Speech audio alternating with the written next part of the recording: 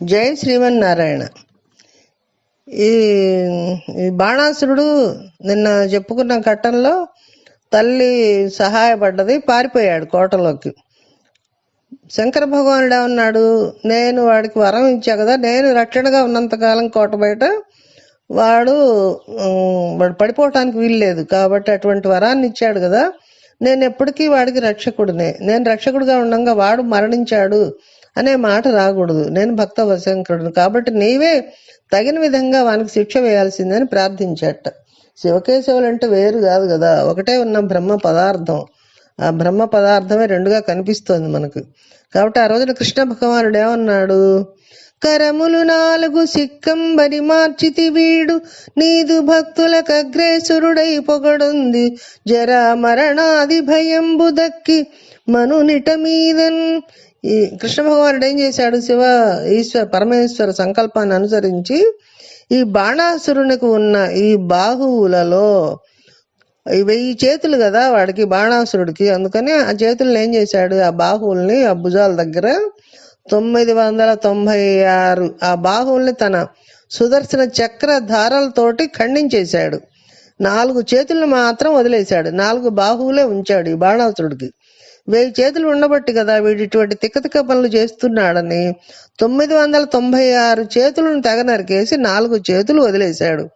అప్పుడు వానికి ధర్మ అర్థ కామ మోక్షాలు తెలిసాయి. 4 చేతులు ధర్మార్థ కామ మోక్షాలు అప్పుడు గుర్తొచ్చాయన్నమాట వాడికి. అప్పుడు వాని శరీరం రజోగుణ తమో గుణములు లేవు, శుద్ధ సత్వంతో ఉన్నట్ట. ఈశ్వర వీడిని భక్తులలో అగ్రేసరుడు అవుతాడు.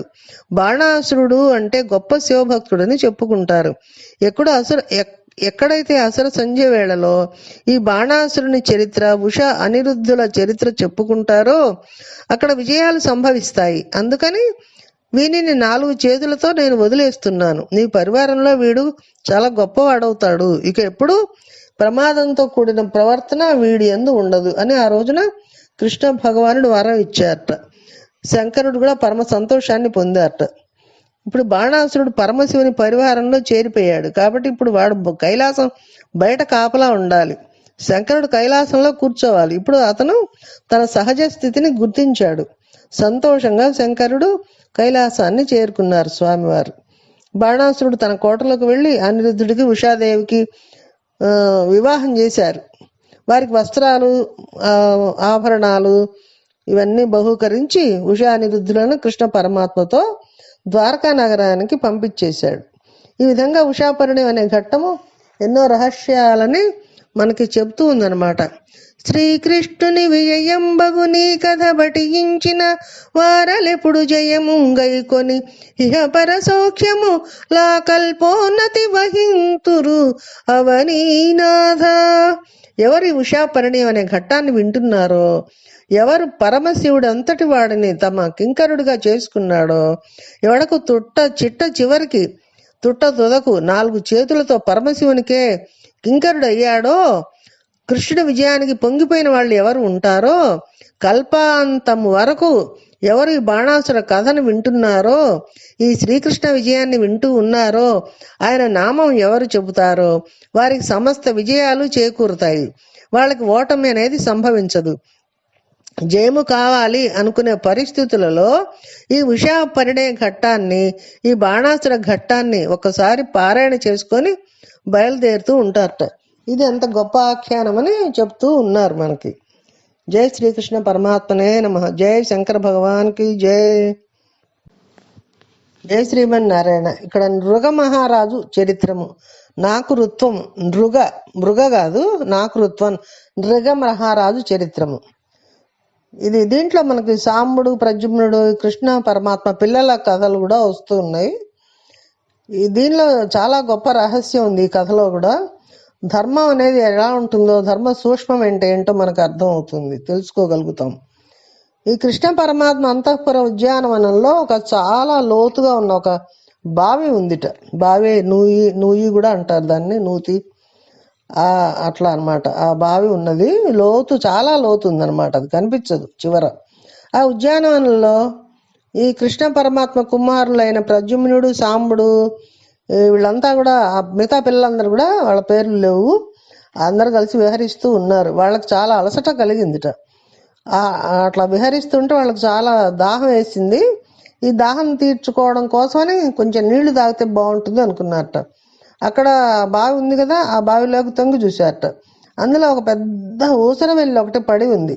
దానిని చూసి వాళ్ళు తెల్లబోయారు, ఆశ్చర్యపోయారు. పైకి తీద్దామా పాపం అనుకున్నారట. ఆ పెద్ద పెద్ద తాళ్ళు తెచ్చి దానికి కట్టి పైకి లాగడానికి ప్రయత్నించారట. కానీ ఆ ఊసర వెళ్ళిని పైకి తీయలేకపోయారు వాళ్ళు. వెంటనే వాళ్ళు ఏం చేశారు, పరుగు పరుగున లోపలికి వెళ్ళి కృష్ణ పరమాత్మకు చెప్పారు. భవనంలోకి వెళ్ళి ఆ కృష్ణ పరమాత్మతో చెప్పారు, అంటే నాన్నగారు నూతిలో ఒక పెద్ద ఊసర వెళ్ళి పడి ఉంది, దాన్ని పైకి తీయాలని ప్రయత్నించాం కానీ తీయలేకపోయామని చెబితే, ఇప్పుడు కృష్ణ పరమాత్మ బయటకు వచ్చి నూతిలోకి వంగి తన ఎడమ చేతితో ఊసర వెళ్ళిని పట్టుకొని చాలా సులువుగా, ఎంతో తేలిగ్గా ఒక గడ్డి పరకను పైకెత్తినట్లు నూతిలోంచి ఆ ఊసర వెళ్ళిని తీసి బయట పడేశాడు. ఆయనకు తెలియని విషయం ఏముంటుంది స్వామికి. సర్వజ్ఞుడైన కృష్ణ పరమాత్మ ఈ సాముడు మొదలైన వారిని అడ్డుగా పెట్టి ఈ లోకానికి ఒక ధర్మాన్ని ఉపదేశం చేయాలని అనుకున్నారు. ఆ ఊసరవెల్లిని అడిగారు, స్వామి నీవు ఎందుకు ఇంత పెద్ద ఊసరవెల్లి స్వరూపాన్ని పొందావు, ఎందువల్ల నీకు జన్మ వచ్చింది అని అడిగారు స్వామి.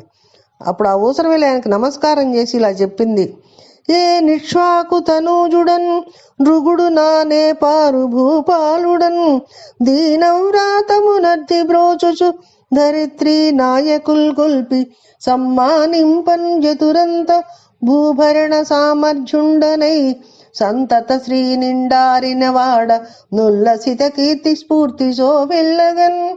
మహానుభావ, నేను ఇక్ష్వాకు వంశంలో జన్మించిన నృగ మహారాజుని అని చెప్పాడు.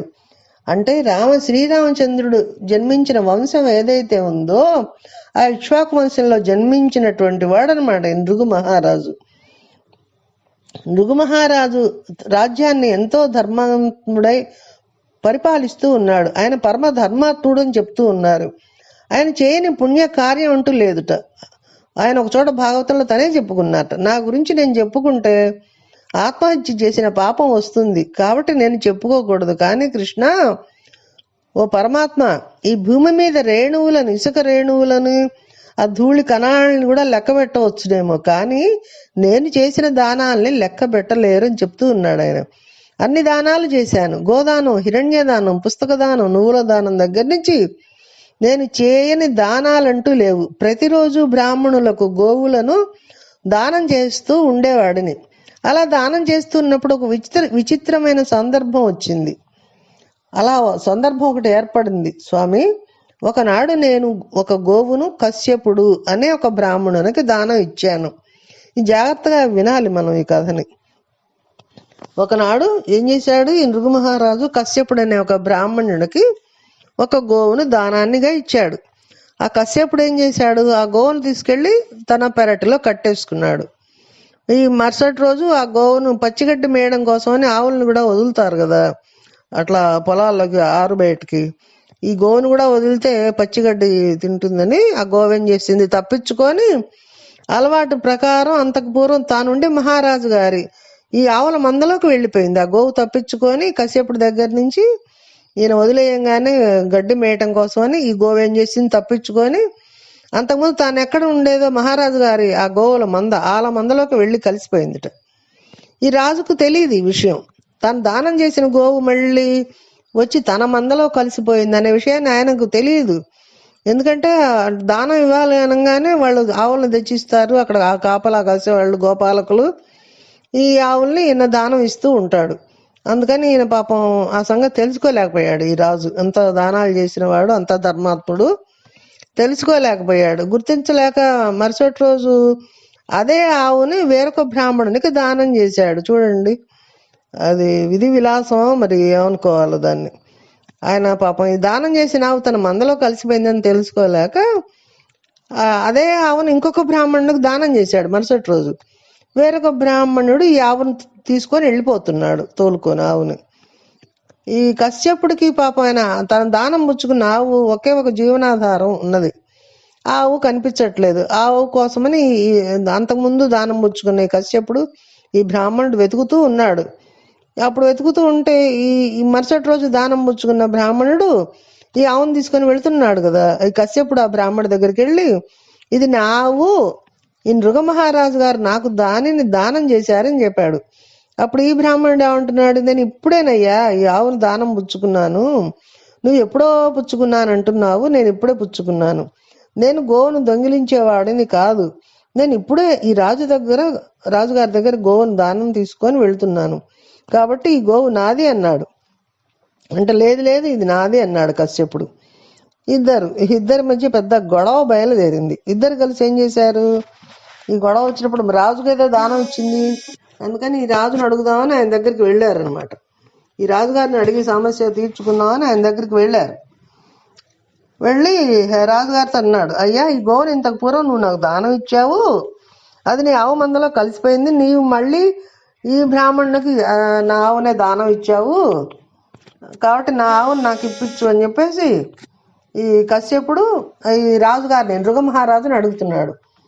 అప్పుడు నృగమహారాజు గారు అన్నాడంటే, తెలుసుకుని పొరపాటు ఈ రెండవ బ్రాహ్మణుడితో, అయ్యా నా వల్ల పొరపాటు జరిగింది, నీకు దానం ఇచ్చిన గోవు ఇంతకు పూర్వం కశ్యపునికి దానం ఇచ్చిన గోవు, కాబట్టి ఆ గోవును నువ్వు ఇచ్చేసినట్లయితే గోవుని కశ్యపునికి ఇచ్చేస్తాను అన్నాడు. అప్పుడు రెండవ బ్రాహ్మణుడు ఏమంటున్నాడు, తనకు అదే కావాలని పట్టుబట్టాడు, తన దగ్గర ఆవును తిరిగి ఇవ్వడానికి అంగీకరించలేదు. అప్పుడు రాజుగారు ఏమన్నాడు, నీకు 1,00,000 గోవులను ఇస్తాను మహానుభావ, ఈ గోవును మాత్రం విడిచిపెట్టు అంటే, నాకు ఎన్ని గోవులు ఇచ్చినా అక్కర్లేదు, నాకు ఈ గోవే కావాలి, ఈ ఆవే నాకు కావాలని ఆ రెండవ బ్రాహ్మణుడు రాజుగారి మాట వినిపించుకోకుండా ఆ గోవును తీసుకొని వెళ్ళిపోయాడు. ఆ దానం పుచ్చుకున్న గోవుని, ఒకే ఆవుని దానం పుచ్చుకున్నాడు కదా, ఆవును తీసుకొని వెళ్ళిపోయాడు. అప్పుడు రాజు కశ్యపుని వంక చూసి, నీకు ఈ రాజ్యంలోని భాగాన్ని ఇవ్వమన్నా కూడా ఇస్తాను మహానుభావ, లేదా నీకు ఎన్ని వేల గోవులు కావాలంటే అన్ని వేల గోవులను ఇస్తాను, తీసుకువెళ్ళని ఆయన్ని బతిలాడాడు. అప్పుడు కశ్యపుడు, నేను అడిగిన గోవుని నువ్వు ఇవ్వలేకపోయావు, నాకు దానం చేసిన గోవును వేరొకరు దానం చేశావు, ఇంతకంటే నాకు ఇవ్వవలసిందేమీ లేదు, ఇంకా నాకు ఇవ్వవలసిందేమీ లేదని చెప్పి వెళ్ళిపోయాడు. కొంతకాలం అయిపోయింది, రాజు దాన ధర్మాలు చేస్తూ ఉన్నాడు. కాలం ఎవరి కోసం ఆగదు కదా, శరీరం పడిపోవటం అనేది సహజం, కాబట్టి ఈ నృగమహారాజు కూడా కొన్నాళ్ళకి శరీరం వదిలేశారు. ఈయన స్వర్గలోకానికి తీసుకెళ్ళబోతుంటే అప్పుడు దూతలు ఏమన్నారంటే, మీరు అనుభవించాల్సిన చిన్న పాపం ఉంది, ఒకటి పాప ఫలితం, ఈ పాప ఫలితం అయిపోయాక మిమ్మల్ని స్వర్గానికి తీసుకెళ్తామని చెబుతూ ఉన్నారు. జై శ్రీమన్నారాయణ.